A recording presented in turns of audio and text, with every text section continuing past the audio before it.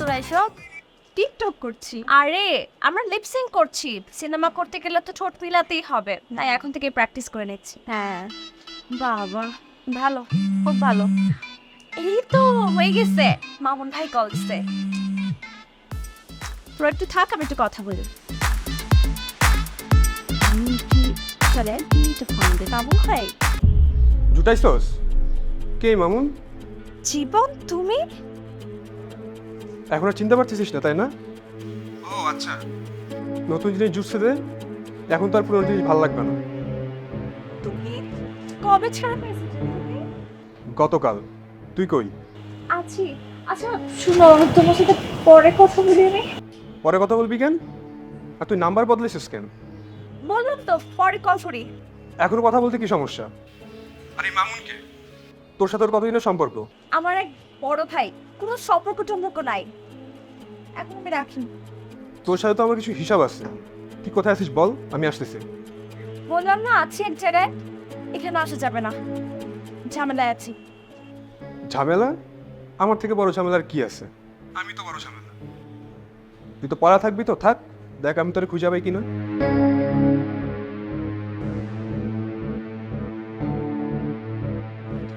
দোস্ত সব ঠিক আছে? এই জীবনটা কি রে? আমার অতীত, যেখান থেকে আমি পালাতে চাই। তুই কি ওকে ভালোবাসিস? কিসের আমি ওকে ভালোবাসি আর ও আমাকে ভালোবাসে না? ও তো জাস্ট আমাকে ইউজ করতেছিল। এতদিন জেলে ছিল, তখনই ভালো ছিলাম, এখন না জানি কি সর্বনাশ করে। আসলে না, ছেলেদের স্বভাবটা এমন। দেখিস না, আমি কোনো ছেলেকে বিশ্বাস করি না। ছেলেরা না আস্ত একটা ক্যারেক্টার বুঝ, এই জন্য এখন অব্দি আমি সিঙ্গেল আছি আর রিলেশনশিপে যেতেও চাই না রে। আচ্ছা শোন, তোরা না এই ব্যাপারটা কাউকে বলিস না, বুঝছিস? ও না খুবই ডেঞ্জারাস ছেলে, কখন যে কি করে বসে। প্লিজ। হ্যাঁ প্লিজ বলতে হবে না, দেখ আমরা তো বলবো না, কিন্তু ভবিষ্যতে জানা জানি মরে গেলে তুই না জানি কোনো প্রবলেম ফেস করিস। এখন ধরো নায়ক নায়িকা একসাথে জাস্ট রুমে ঢুকছে, ছেলেটা জাস্ট তোর সাথে লক করছে, এরকম সময় শাহরুখ খান এন্ট্রি, ইন্টারভেল, ঠিক আছে না ব্যাপারটা? আচ্ছা এখন বলো, মানে এতক্ষণ যে গল্পটা বললাম এই পর্যন্ত ঠিক আছে তো গল্প নাকি?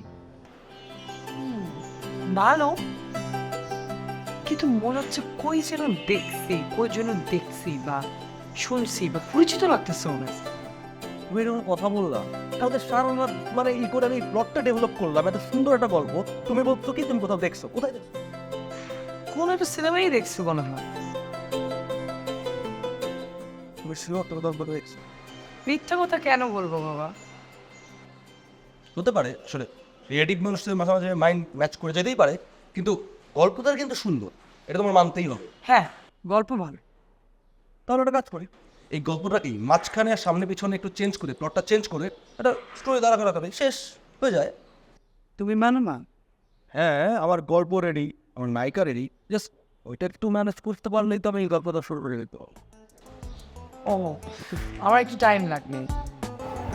টাইম লাগবে, ফাইন। কত টাইম লাগবে? এক্স্যাক্ট তো বলতে পারবো না।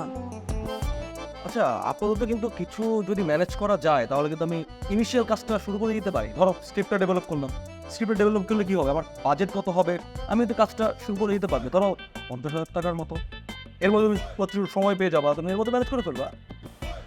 এখন 50 পারবো না, ডিফিকাল্ট। কত মানবা? মান মানে আচ্ছা বাদ দাও না, হবে, কাজ তো হবে।